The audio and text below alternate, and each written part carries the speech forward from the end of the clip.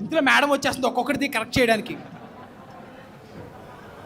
అందరికన్నా ఎరుపుగా ఎవరండి నేను ఎంత టైప్ చేసినా రాట్లా, ఎర్రర్ ఎర్రర్ ఎర్రర్ అని వస్తుంది.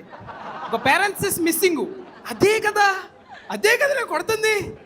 ఏంటి నాకెందుకు రావట్లేదు, నేనే తప్పు చేశాను. హలో శిరీష కూడా వచ్చేస్తుంది, నాకెందుకు హలో వాళ్ళు రావట్లేదు. మేడం నా దగ్గరికి వచ్చి, I have never seen such a failure. ఒకసారిలే అంది. ఏంటమ్మా ఎందుకు రాట్లా చూపించు అని.